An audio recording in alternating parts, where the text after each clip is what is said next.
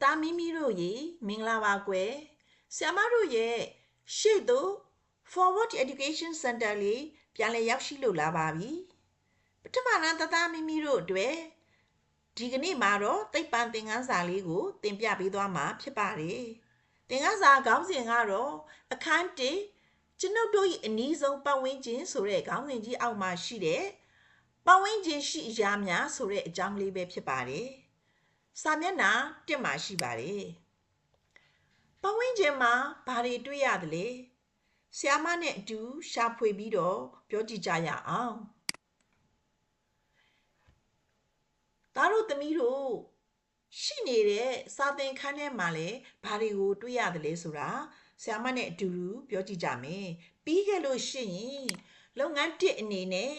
သားတို့သမီးတို့ရဲ့စာသင်ခန်းထဲမှာရှိတဲ့ပစ္စည်းတွေရဲ့အမည်ကိုတငယ်ချင်းအချင်းချင်းလည်းပြောကြည့်ရမယ်နော်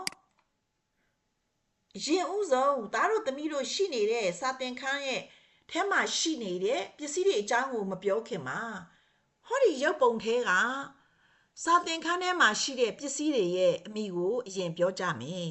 ဒီစာသင်ခန်းလေးထဲမှာဘာပစ္စည်းတွေရှိနေသလဲရှာဖွေကြည့်လိုက်ရအောင်ပစ္စည်းတွေကတော့အများကြီးတွေ့ရတယ်နော်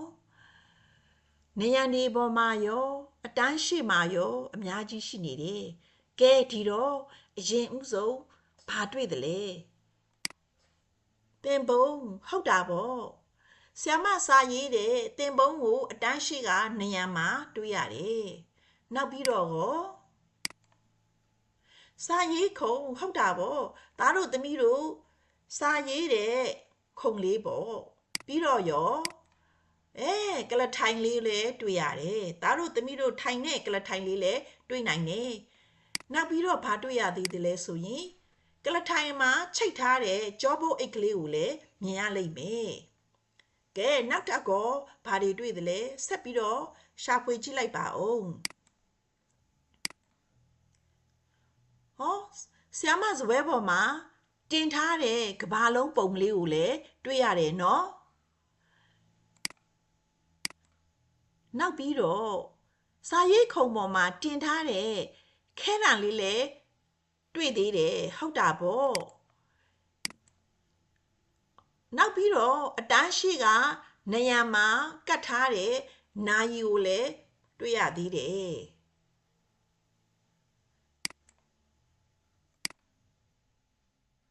ပြီးတော့အတန်းရှိမှာဆ iam စာရေးတဲ့စပွဲကိုလည်းတွေ့ရသေးတယ်နေရန်ပေါ်မှာ TV ရုပ်မြင်သံကြားစက်ကိုလည်းတတ်ထားတာကိုတွေ့ရသေးတယ်နော်အဲ့တော့ရုပ်မြင်သံကြားစက်ကလေးလည်းရှိသေးတယ်ကဲနောက်ထပ်စာသင်ခန်းတစ်ခုကိုရွှေ့လိုက်ရအောင်ဒီစာသင်ခန်းထဲမှာကောဘာတွေတွေ့ရသလဲ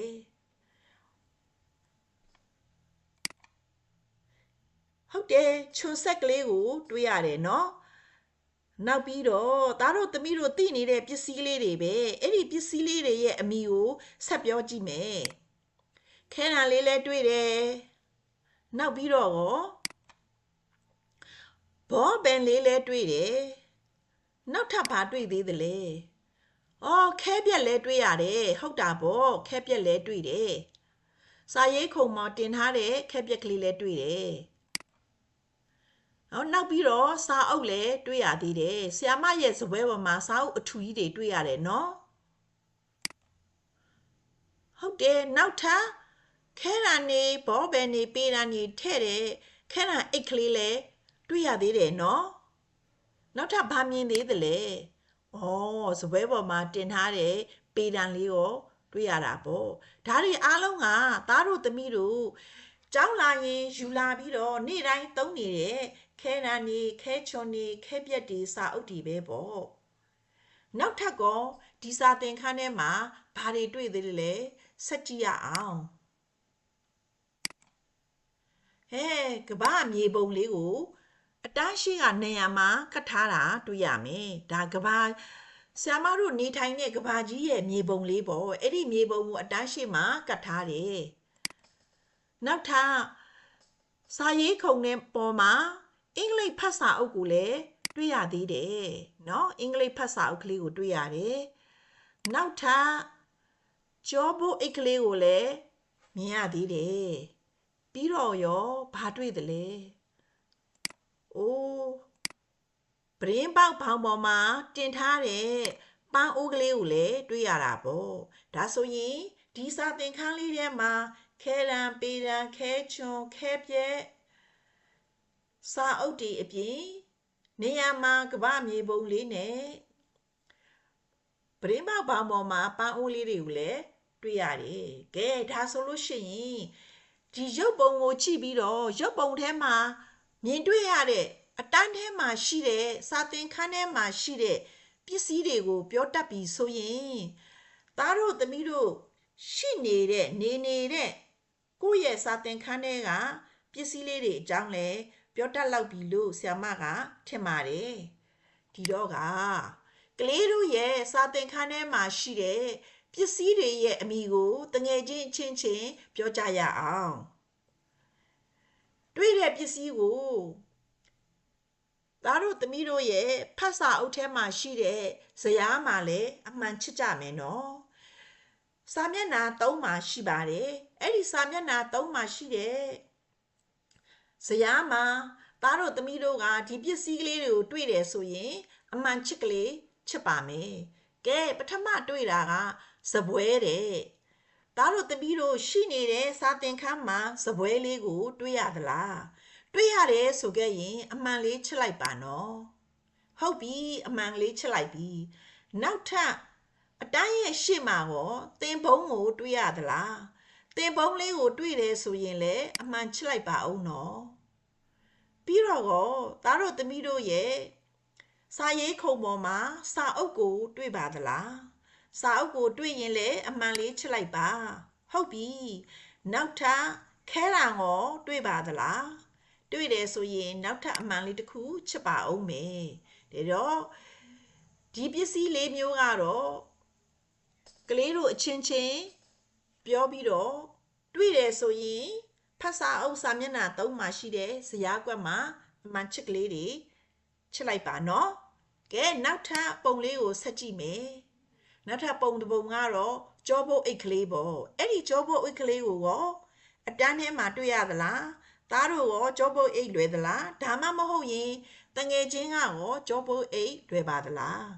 လွယ်တယ်ဆိုရင်ကြောဘိုးအိတ်ကလေးကိုတွေ့တယ်ဆိုရင်အမှန်လေးချစ်လိုက်ပါမယ်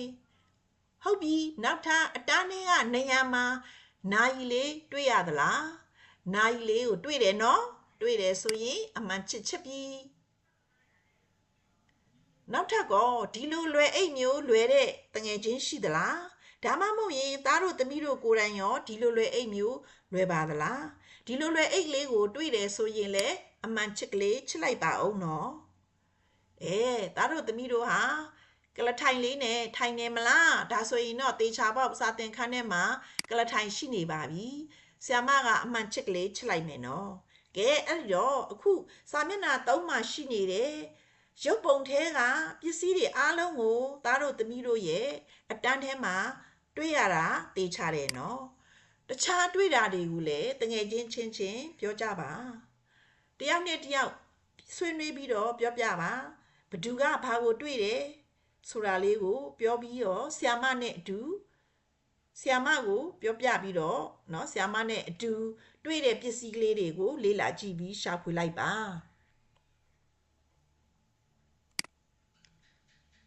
ကဲဆရာမက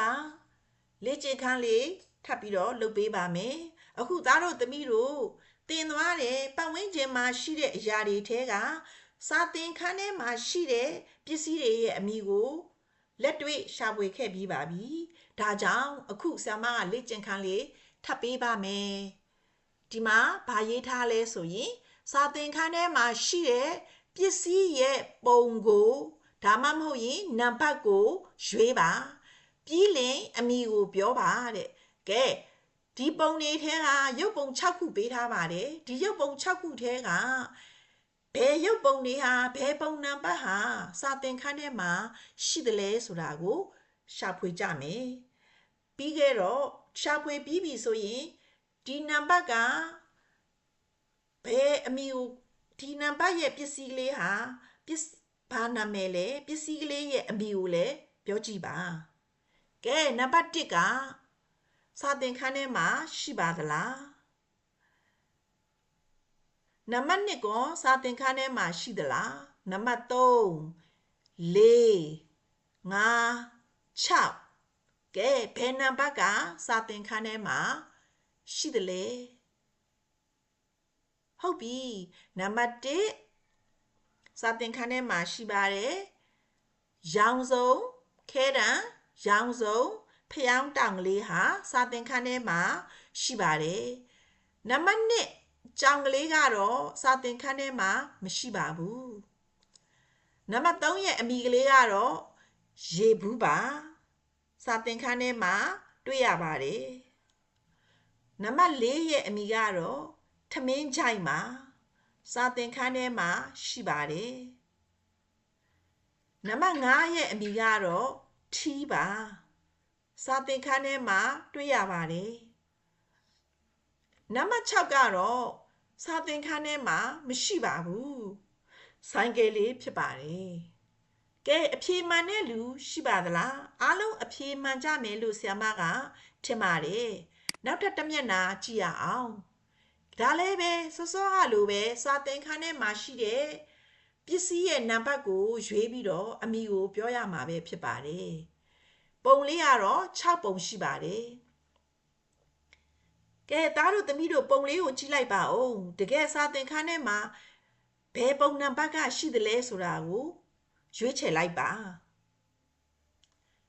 ရွေးချယ်ပြီးပြီလားကဲပုံနံပါတ်1ကလေးကိုကြည့်မယ်နံပါတ်1က sling bag 8နော်ဆရာမတွေကိုင်းတဲ့ sling bag 8ကလေးကိုစာသင်ခန်းထဲမှာတွေ့ရမှာဖြစ်ပါတယ်နံပါတ်2ကတော့ကားဖြစ်နေပါတယ်ကားကတော့စာသင်ခန်းထဲမှာမရှိပါဘူးနံပါတ်3ကလည်းခွေးကလေးဖြစ်နေပါတယ်ခွေးကလေးကလည်းစာသင်ခန်းထဲမှာမရှိပါဘူးနံပါတ်4ကတော့တစ်ပင်ဖြစ်နေပါတယ်တစ်ပင်ကလည်းစာသင်ခန်းထဲမှာမရှိပါဘူးနံပါတ်5ရဲ့ပုံအမည်ကဘာဖြစ်မလဲဟုတ်တယ်ရေပလင်းပေါ့ရေပလင်းကိုစာသင်ခန်းထဲမှာတွေ့ရတယ်မလားနံပါတ်6ကတော့သူ့ရဲ့အမည်ကဘာဖြစ်မလဲဟုတ်တယ်ရောင်စုံခဲတံပါရောင်စုံခဲတံကတော့သားတို့သမီးတို့ရဲ့စာသင်ခန်းထဲမှာရှိတဲ့သားတို့သမီးတို့ကိုယ်တိုင်သုံးနေတဲ့ပစ္စည်းလေးပါကဲဒီတော့ဒီပုံထဲမှာဆိုရင်ပုံနံပါတ်1ရဲ့5ရဲ့6ရဲ့ဟာစာသင်ခန်းထဲမှာရှိတဲ့ပစ္စည်းကလေးတွေဖြစ်ကြပါတယ်နောက်ထပ်လေ့ကျင့်ခန်းလေးတစ်ခုကိုသွားပါမယ်ဒါလည်းပဲပုံနံပါတ်ကိုရွေးပြီးတော့အမည်ကိုပြောရမှာဖြစ်ပါတယ်ပုံလေးကတော့9ပုံပေးထားပါတယ်သားတို့သမီးတို့ရေဘယ်ပုံနံပါတ်ကလေးကစာသင်ခန်းထဲမှာရှိတဲ့ပစ္စည်းဖြစ်မလဲရွေးချယ်လိုက်ပါကဲနံပါတ်1ကလေးကိုပြောကြည့်မယ်နံပါတ်1ရဲ့အမည်ကဘာဖြစ်မလဲဟုတ်တယ်ရေဘူးပေါ့စာသင်ခန်းထဲမှာတွေ့ရတယ်နံပါတ်2ကရောဟုတ်တယ်နံပါတ်2ရဲ့အမည်ကခဲချွန်ဆက်ပါခဲချွန်ဆက်ကိုလည်းစာသင်ခန်းထဲမှာတွေ့ရတယ်နံပါတ်3ကတော့အိုးဖြစ်နေတယ်အိုးကတော့စာသင်ခန်းထဲမှာမတွေ့ရပါဘူးနံပါတ်4ရဲ့အမည်ကဘာဖြစ်မလဲနံပါတ်4ရဲ့အမည်ကရောင်စုံဆက်ကူပါရောင်စုံဆက်ကူကိုစာသင်ခန်းထဲမှာတွေ့နိုင်ပါတယ်ကဲနောက်ထပ်နံပါတ်5ပစ္စည်းကဘာဖြစ်မလဲတပြက်စီဟုတ်တယ်တမျက်စီကိုစာသင်ခန်းထဲမှာတွေ့နိုင်ပါတယ်နံပါတ်6ကရောနံပါတ်6ရဲ့အမည်ကထမင်းဘူးပါထမင်းဘူးကိုလည်းစာသင်ခန်းထဲမှာတွေ့နိုင်ပါတယ်နံပါတ်9ကတော့အိယာနဲ့ကဒင်စာသင်ခန်းထဲမှာမရှိပါဘူးနော်ကဲဒီလောက်ဆိုလို့ရှိရင်သားတို့သမီးတို့ဟာကိုယ့်ရဲ့ပတ်ဝန်းကျင်မှာရှိတဲ့အရာတွေကိုလေ့လာတတ်ပါပြီပစ္စည်းတွေရဲ့အမည်တွေကိုလည်းသိသလောက်ရှိနိုင်ပါပြီစာသင်ခန်းထဲမှာဘယ်လိုပစ္စည်းမျိုးတွေရှိတယ်ဆိုတာလည်းပြောတတ်လောက်ပြီလို့ဆရာမယုံကြည်ပါတယ်ကဲဆရာမတို့ရဲ့ရှေ့သို့ Forward Education Center လေးကို subscribe လုပ်ထားမယ်ဆိုရင်နောက်အသစ်တင်တဲ့သင်ခန်းစာတိုင်းကို လေ့လာကြည့်ရှုခွင့်ရမှာဖြစ်ပါတယ်ကြည့်ရှုပေးတဲ့အတွက်နားထောင်ပေးတဲ့အတွက်လည်းသားတို့သမီးတို့ကိုကျေးဇူးအများကြီးတင်ပါတယ်မင်္ဂလာပါကွယ်